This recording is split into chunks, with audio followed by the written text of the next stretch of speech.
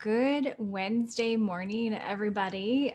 It is not Fun Funnel Friday, but there's been something that's been on my mind for the last couple days. And then I listened to an NPR episode on Sunday or Saturday, I can't remember, that like reinforced this thought in my mind. And then something happened this morning that like further reinforced this thought in my mind. So I thought I would come to you on a unscripted day. It's a Wednesday. It's 9:30 my time, and I should be doing other work, but I want to get this out because it's been on my mind for a while. So the title of this live is how to build resiliency as an entrepreneur, and why is there always something? Why does something always happen when you're launching or when you launch a funnel? Even if you've launched several times and you're doing the same launch several times over, why does it always feel like there's just something that happens? And you could even insert something that goes wrong every single time. Why? So this has been on my mind for a while, and then I listened to an NPR episode. I forget. I don't know. It's like The Hidden Brain or something like that, and they talked about this particular topic of why does there always seem to be something that goes wrong, and what separates the pros from the enthusiasts, which I thought was a really great way to call somebody who's not like technically a professional. So anyway, let's get started. I have a story for you first and foremost, and then we'll talk about launching and we'll talk about all the things. So it's story time. Grab your cup of coffee if it's morning, or grab your juice if it's afternoon for you, or whatever you want to drink. It's story time. All right. So before I came into the online marketing world and sales funnel world, I went to school for web development and graphic design, and I also did photography on the side. So photography is my passion, and I did it for a living for the longest time. I did event photography where I would go to people's events and I would photograph like a lot of corporate events, which, by the way, I love corporate events because they have money, they feed you, and it's really not that artistic or hard. You just show up and shoot what you see, and they feed you and they pay you all kinds of money, and it's a beautiful thing. Corporate events are like my jam. I also do portraits and weddings and whatever. And I've since, especially since COVID, I haven't done any of that. But somewhere along the lines, I broke into the like photo booth market.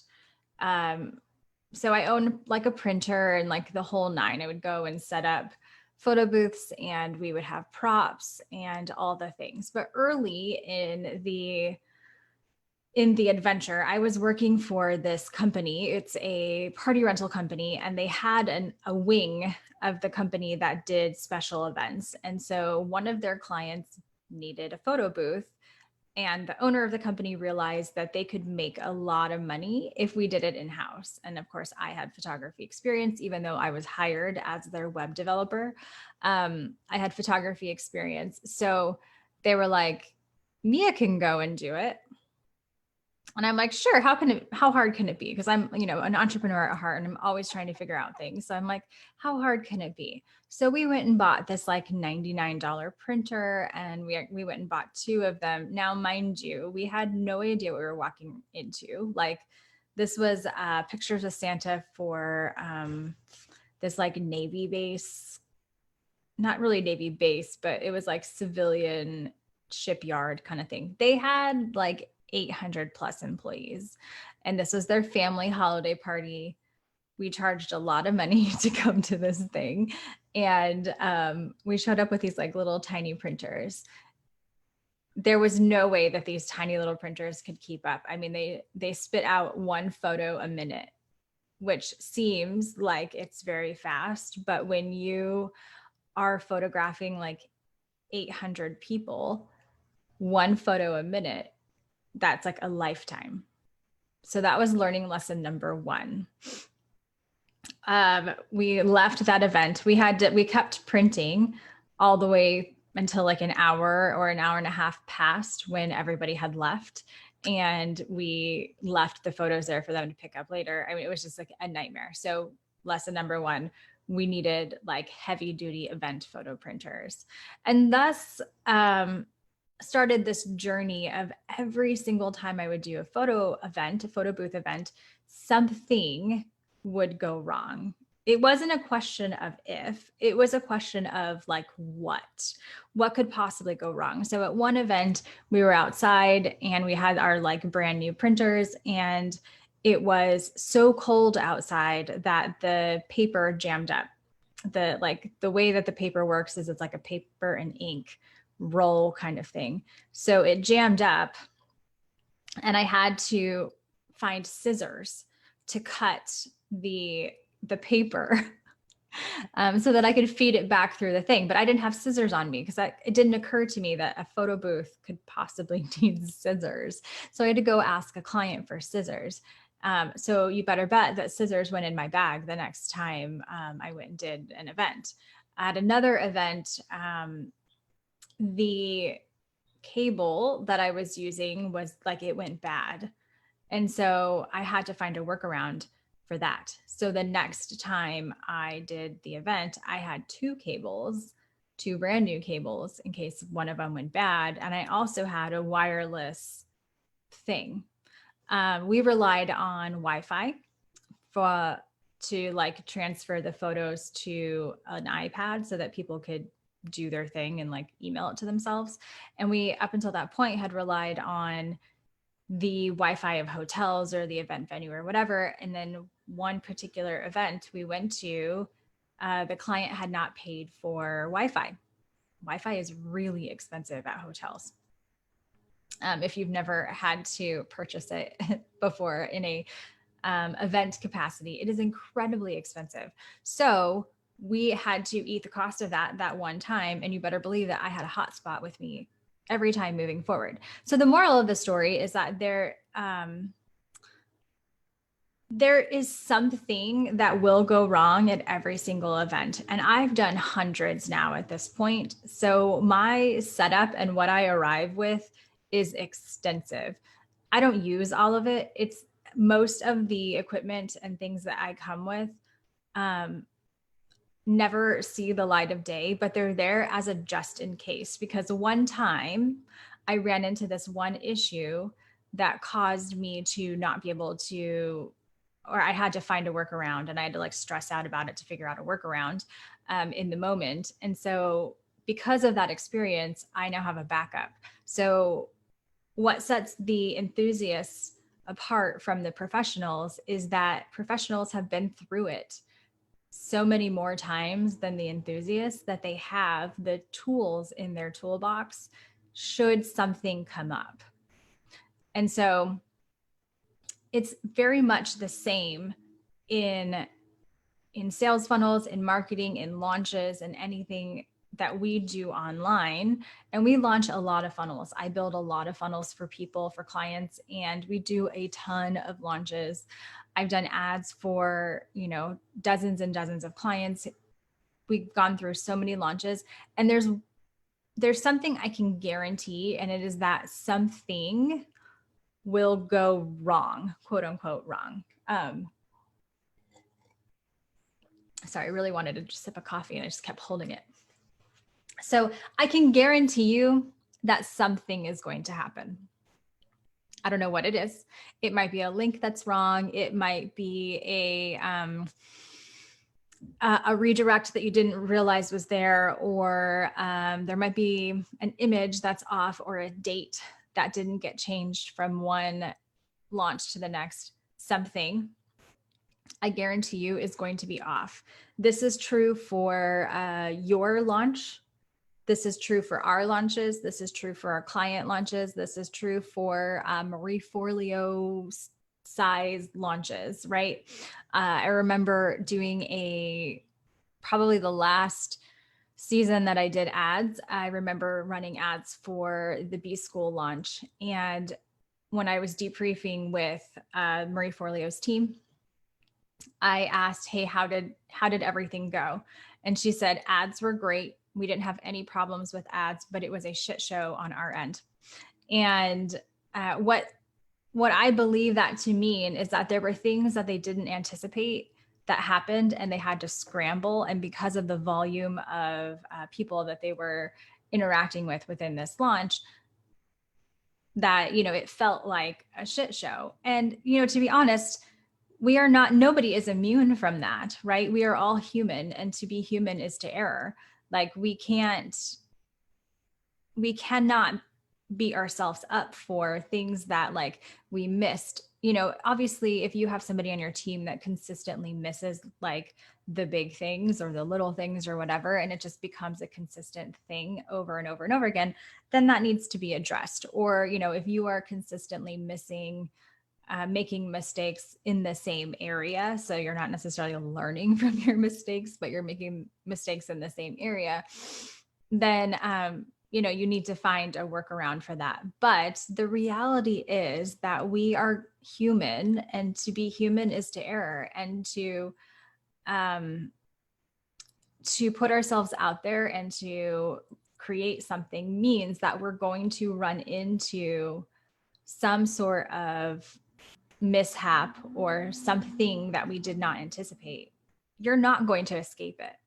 So, what do you do? It's not about what happens, it's about how you respond to it.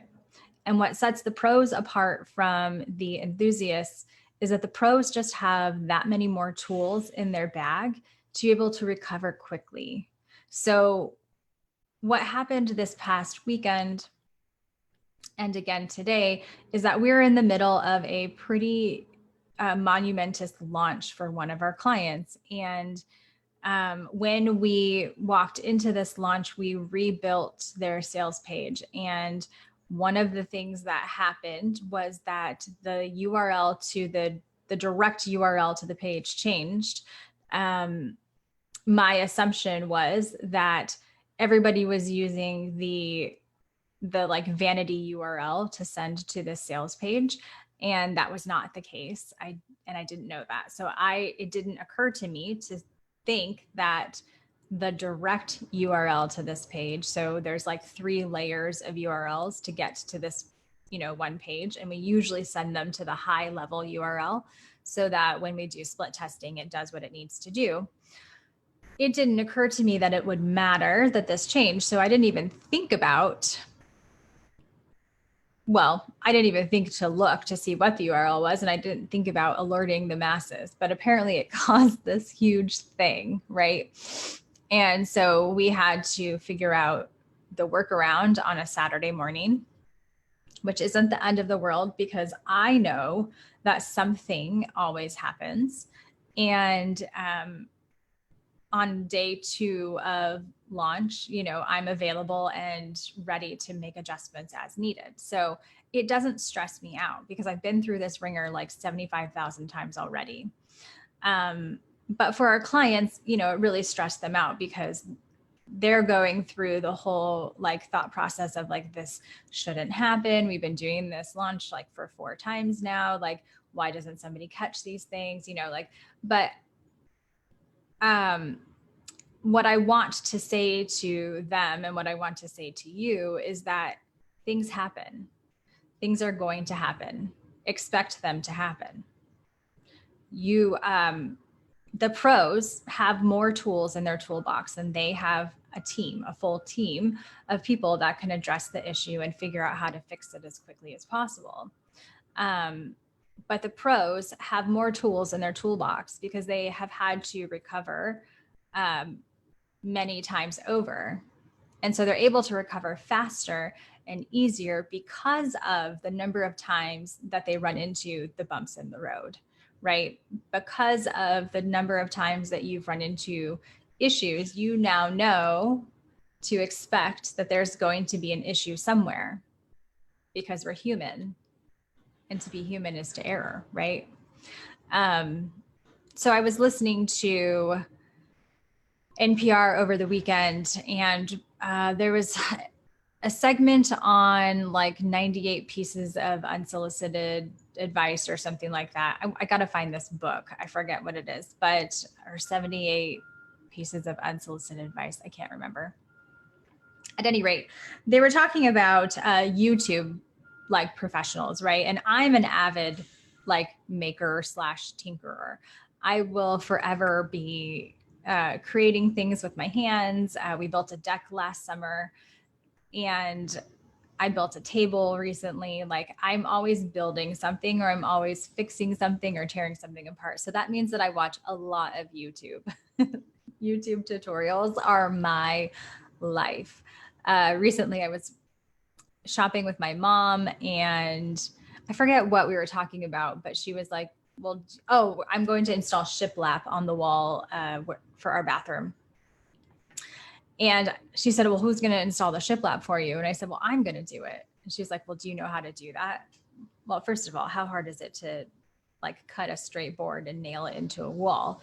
But second of all, like, yeah, there's YouTube tutorials. Before I approach something, I probably watch 5 or 6 different YouTube tutorials because I want to know what problems other people ran into. Because again, it's not a matter of if, it's a matter of what problem are you going to run into. So I want to know what problems have other people run into so that I don't make that same mistake, or I can like consider something different or whatever. No, like true story. And I bought one of those Dyson hair wraps. Like, I don't know if you've seen them, but they're basically like curlers for your hair, and it like grabs your hair and whatever. I probably watched 10 or 12 YouTube videos because they get like a really bad name, but they're freaking amazing. You just have to, there's like a learning curve with them. So anyway, I watch a lot of YouTube videos. And here's what I've noticed. And this is also what this segment on NPR was talking about, was that what sets the pros apart from the enthusiasts, always something goes wrong, right? Always something goes wrong, whether somebody installed something upside down, or they didn't like they forgot to turn the water off, or they didn't read the instructions or something, right? Like didn't put enough mortar on a brick or something like that, or I don't know. Something always goes wrong, because to be human is to err. And so the difference being that people who are just enthusiasts, they don't recover as quickly. The pros who've been doing this a million times over and have run into the same or similar mistakes already know how to fix the issue that they've run into, or they have more tools in their toolbox to be able to fix the issue that they've run into. If you could see my toolbox, it's like it pales in comparison to like my dad's toolbox, right? But like my toolbox in my garage has a growing number of tools in it, because I'm always running into something that I want to fix or I want to create where I need a different tool for it. So I go out and I buy, the tool that I need. And so now I have a pretty healthy toolbox in my garage. So should I run into something, there's a good chance that I have a tool for it right now. If not, I will go out and buy something new. So what sets the pros apart from the enthusiasts is the amount of tools that they have in their toolbox to recover quicker and easier, right? How does this all relate to online marketing and sales funnels? Something is going to go wrong when you launch your sales funnel, or when you do a wide scale launch. It does not matter what happens. It matters what you do about it, how you recover, how quickly you recover from whatever mistake or thing that you didn't consider. Whatever that happens, what matters is how quickly and easily you are able to recover from it. Is somebody on your team able to fix the mistake immediately? If not, who do you need to put in place to be able to do that? If it's you that happens to make the mistake, don't beat yourself up for it. It's going to happen.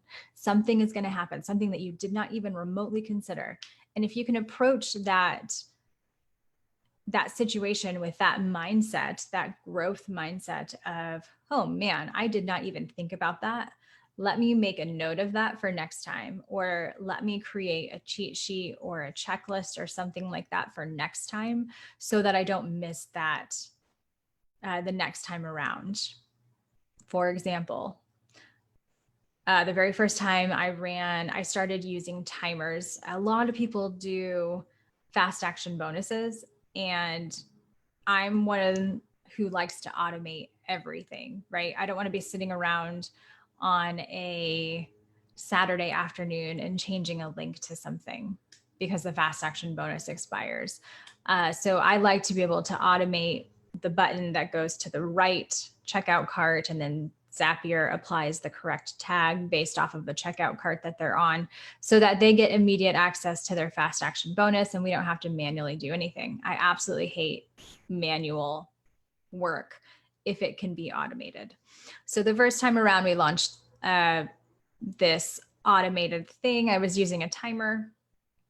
And what the timer was supposed to do was hide the fast action bonus checkout buttons and show the regular cart checkout buttons, right? So the timer was set up to hide and show elements. And I thought I had set it up correctly, but what had actually happened was it hid all the buttons. It didn't show any buttons.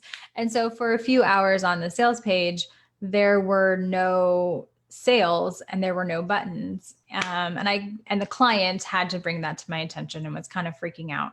And so obviously we fixed it right away on a Saturday afternoon. I don't think that they lost a whole lot of sales in those 3 hours. The fast action bonus had just expired. Most people don't buy directly after a fast action bonus expires, but it caused this big hullabaloo. So the following launch, I made sure at 9 a.m. that I was sitting at my computer to make sure that it actually did what it was supposed to do. And it has not failed me since, but things are going to happen. Things you didn't anticipate happen. We can sit and stress about it. We can be upset about it, or we can recognize that things are going to happen. You should expect them to happen, right? The pros have more tools in their toolbox and recover faster and easier because of the number of times that they would run into bumps in the road. So I hope that this was your Wednesday morning Wednesday wisdom instead of Fun Funnel Friday. I will be back with Fun Funnel Friday on Friday morning. We've moved the time to morning time. But we're going to call this Wednesday wisdom. I'm just going to pause for a hot second and see if anybody's even watching this bad boy.